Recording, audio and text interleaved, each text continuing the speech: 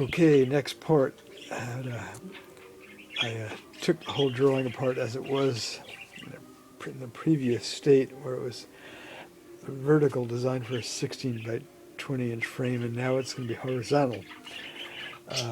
This is a 16 by 20 plus the mat, and I've got a great frame for it. So I'm working on a text.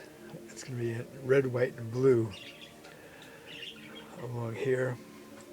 I'm also going to have text in the surrounding mat about U.S. Supreme Court justices who call themselves pro-life but who embrace gun rights are actually, by action, pro-death, pro-terrorism, pro-genocide. All right, to be continued. Did I say the day already? It's November 10th, Wednesday, 2021.